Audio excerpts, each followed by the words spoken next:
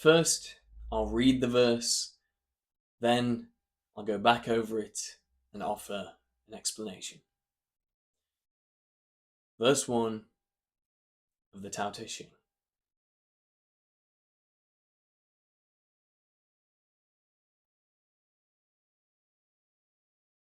The Tao that can be told is not the eternal Tao.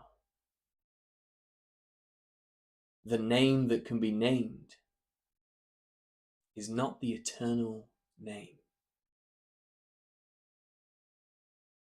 The Tao is both named and nameless.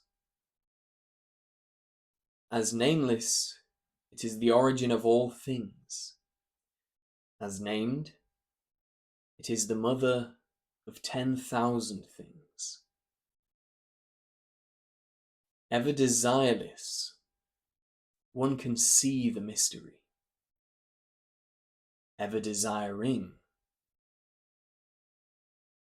one sees only the manifestations. And the mystery itself is the doorway to all understanding.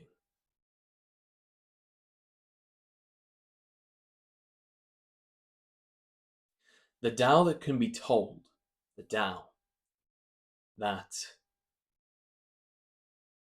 infinite flow of energy from which all life, truth, consciousness, time, feeling, thought, everything. That which is everything.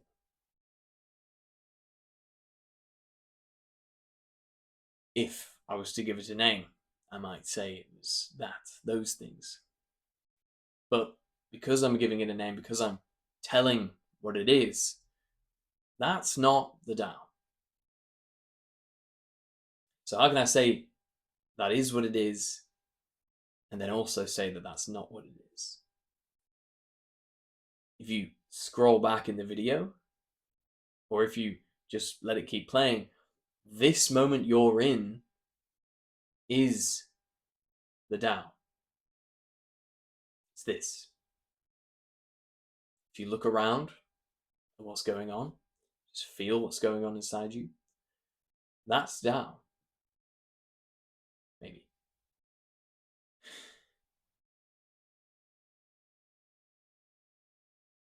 The name that can be named is not the eternal name. If I could give it a name like Tao, the word Tao, that's not the Tao.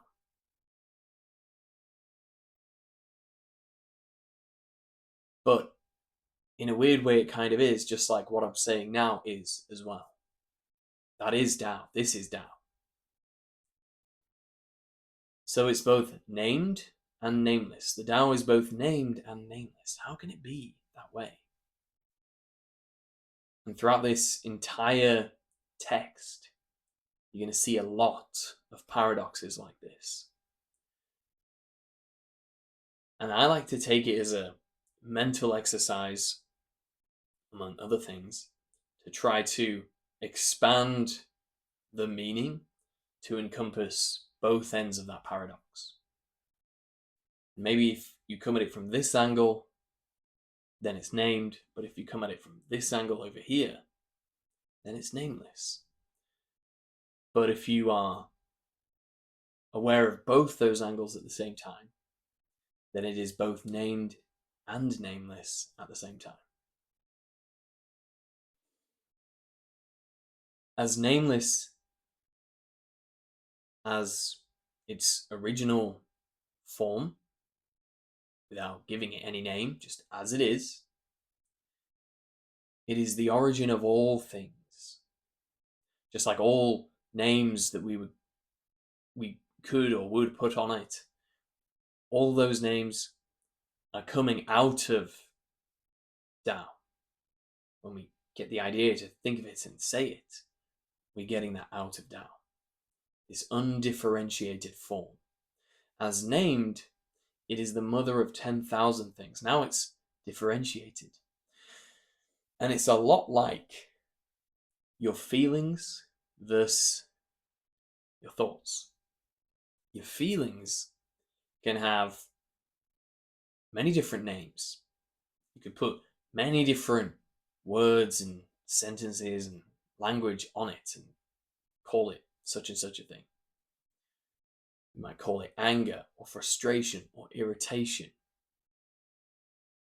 And it more or less just depends on how accurate we're being and how much attention we're applying to differentiate it. And maybe even if you're just focusing your attention on that feeling, you wouldn't necessarily be able to come up with different words for it. But if somebody else were to feel what you were feeling, such a thing could happen, then they might give it a different name. And that's how I like to think of named things. They're 10,000 things, infinite things. 10,000 is more like a metaphor for infinite. It just goes on and on and on, but it's still one and the same thing. Ever desireless, one can see the mystery. If you don't have any desire, you can see the mystery. What's the mystery? This ineffable thing. If you don't have a desire to put a name on it, you can just experience it as it is, for the mystery that it is. This thing that you don't understand fully.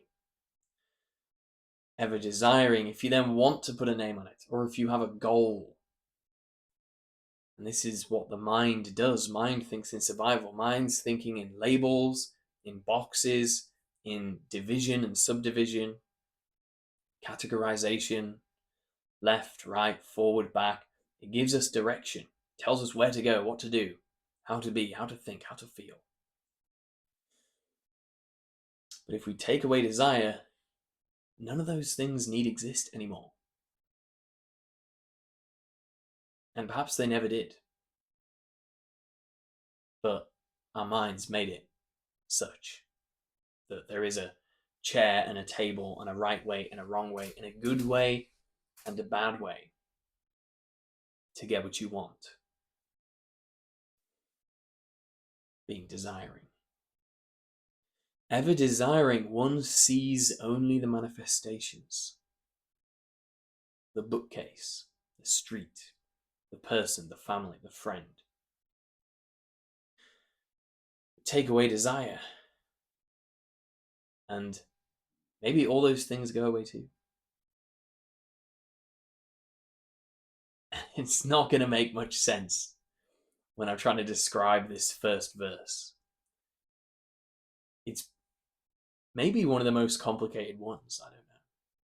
It's certainly the one that stumped me the most for a long time.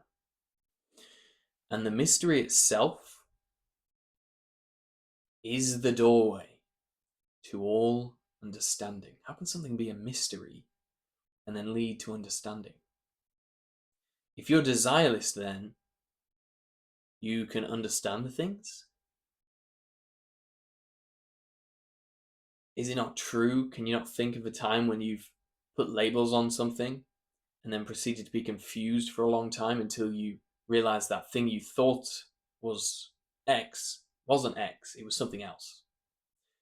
And then when you took that label away and you started to rethink it, or not think it at all, just look at it for what it is, then it started to make sense. You started to understand it a bit better. Maybe you gave it new names, new language. And now it became a bit more usable. You began to discern more details about it and gain a bit more leverage on how to use it. But then you go right back to desiring, and then you lose it again. And then you just moved up to a higher level of understanding, a deeper, more granular level of discernment. But maybe the highest discernment is to not discern at all.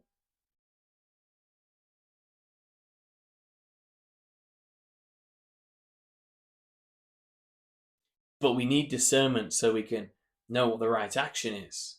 You're telling me not to discern, but then how would I discern the right way versus the wrong way, the dangerous way that could cause me a lot of harm versus the safe way? Have you ever been in a dangerous situation and not needed to think about it at all and somehow just known exactly what you needed to do without needing to think about it? What if taking that course of action with all things wasn't about discernment at all, but about being undiscerning, but aware, to be able to see things for what they are, not for what you want to use them for? And then maybe that would always leave you in a state where you'll be able to know what to do to survive or avoid harm, or even to get gain and get the things you want. Because when you're not discerning things, you're not focusing your attention on teeny tiny little details and giving them names and labels based on things that have happened in the past, not seeing this thing, the uniqueness of this thing. But then that is discernment, and it just we just go around and round and round. You see, we're trying to uncover the mystery, and it says, ever desireless, one can see the mystery, and the mystery itself is the doorway to all understanding, not just some understanding, all understanding. That's verse 1 of the Tao.